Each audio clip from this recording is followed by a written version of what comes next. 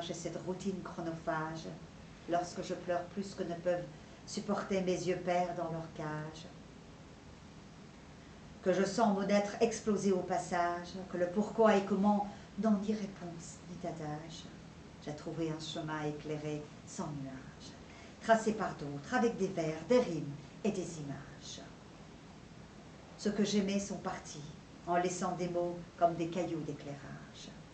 Je marche du bout des lèvres sur leurs traces, leurs pages, pensant à mon père qui a traversé ces dallages, en me laissant cet héritage. Je ne me compare pas, je ne veux pas déranger, mais juste être sur leur passage, sentir le parfum de leur existence et m'enivrer de ce breuvage.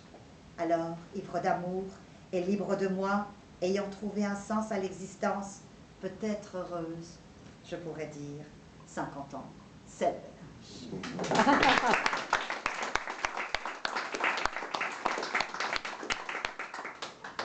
Toujours pas de questions? Quel silence! On est fasciné par votre voix. C'est gentil. C'est gentil. On vous tente. C'est très bien parce qu'avec ce livre, on a la voix de Tara en français et en persan. C'est vraiment génial.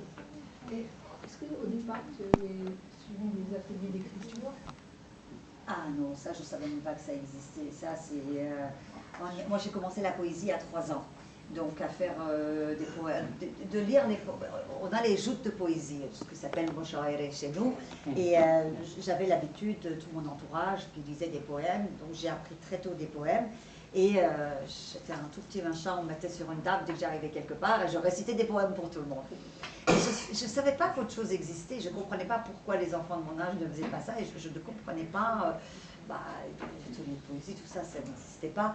Et quand je suis arrivée à 11 ans en France, j'étais très déçue et très déstabilisée parce que je me disais, dans la rue, je vais entendre tout le monde parler de Verlaine, de Hugo, voilà, j'avais une espèce de fantasme et je pensais que c'était comme ça et ça a été très dur de voir que c'était pas comme ça.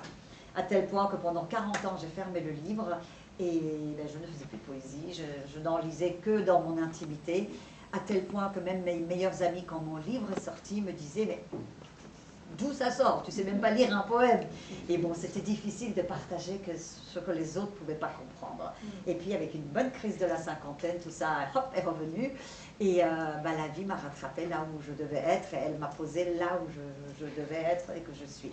Donc les ateliers de poésie, tout ça, c'est un mot inconnu en tout cas en Iran. Et puis c'était, voilà, c'est très très instinctif parce que quand je suis partie d'Iran, j'avais 11 ans et donc j'étais en primaire et mon iranien est presque resté ce que j'avais.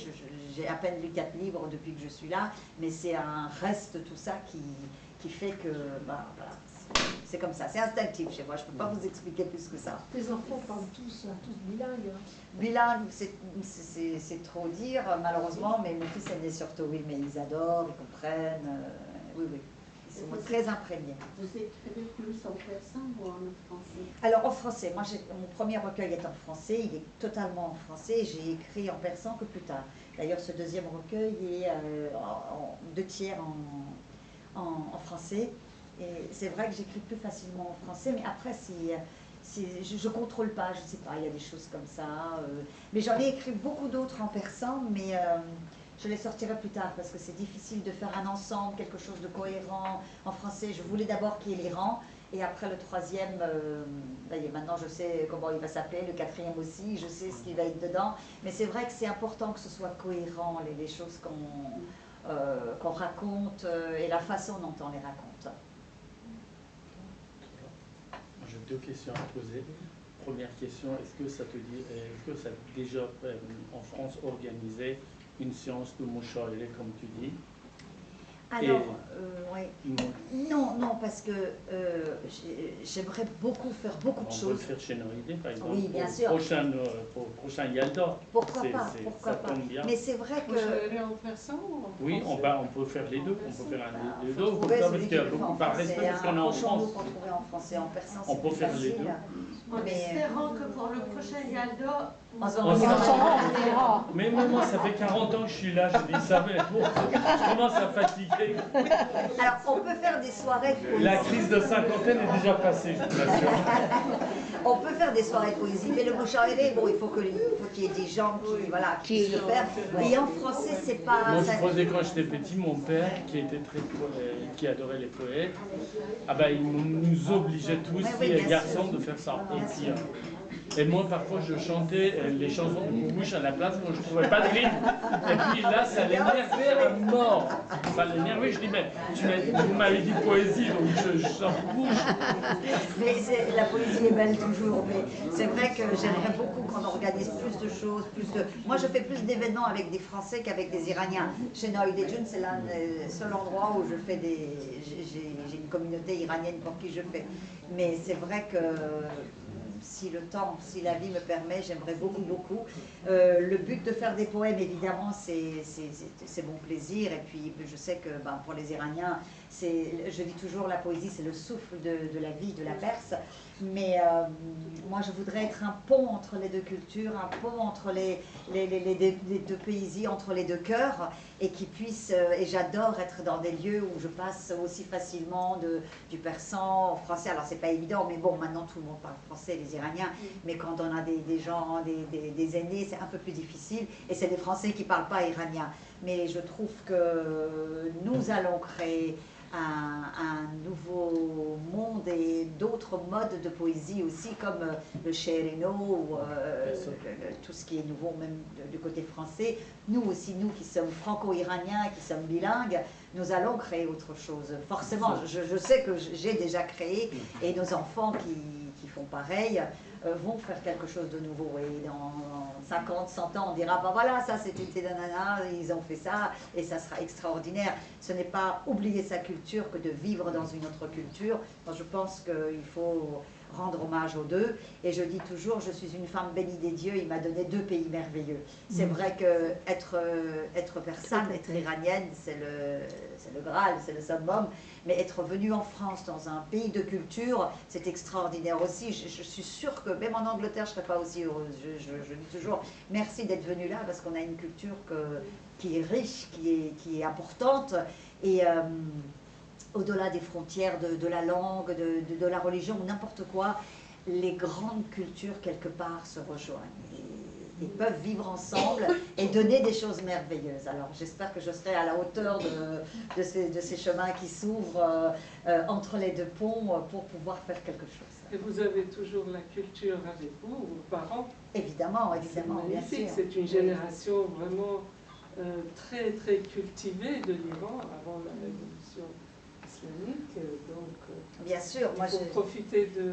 Et mon père est poète, donc ça ne tombe pas de nulle part, j'allais dire. Et c'est vrai que c'est une grande chance aussi pour moi et puis pour mes enfants. C'est eux qui leur parlent surtout en iranien et qui transmettent tout